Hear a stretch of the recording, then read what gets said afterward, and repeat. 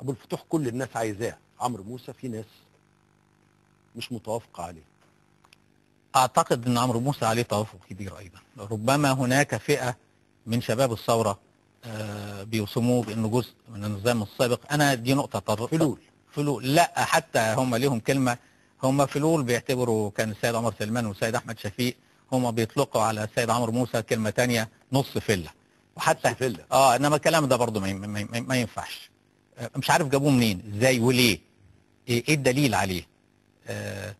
لو كان الدكتور ابو فتوح عنده مشروع ال 100 يوم، السيد عمرو موسى في البرنامج بتاعه عنده مشروع ال 100 يوم ايضا. هو يبدو انه في ده مصطلح امريكي، ذا فيرست 100 دايز يعني. ومع ذلك لا باس،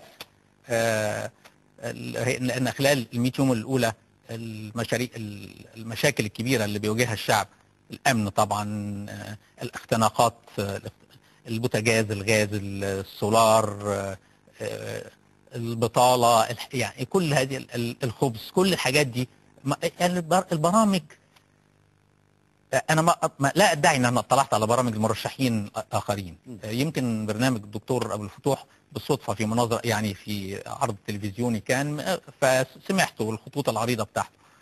في رايي البرامج متشابهه. اللي بيميز برنامج عمرو موسى واللي يتمشى مع عقليته البراجماتيه انه برنامج واقعي قابل للتنفيذ. دي النقطه الاولى. النقطه الثانيه انه هو قادر بما لديه من مؤهلات على التنفيذ. النقطه الثالثه انه معمول على مراحل متقسمه كويس، واضحه. فيما يتعلق بمصادر التمويل للبرامج موجوده.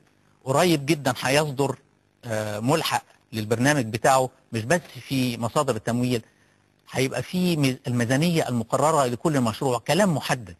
بنتكلم على كلام واقعي، حاجه هعملها في 4 سنين، حاجه هعملها في 10 سنين. بتكلم عن حاجه هلتزم بيها وهتحاسب عليها. البراجماتيه، الوضوح، القدره على الانجاز.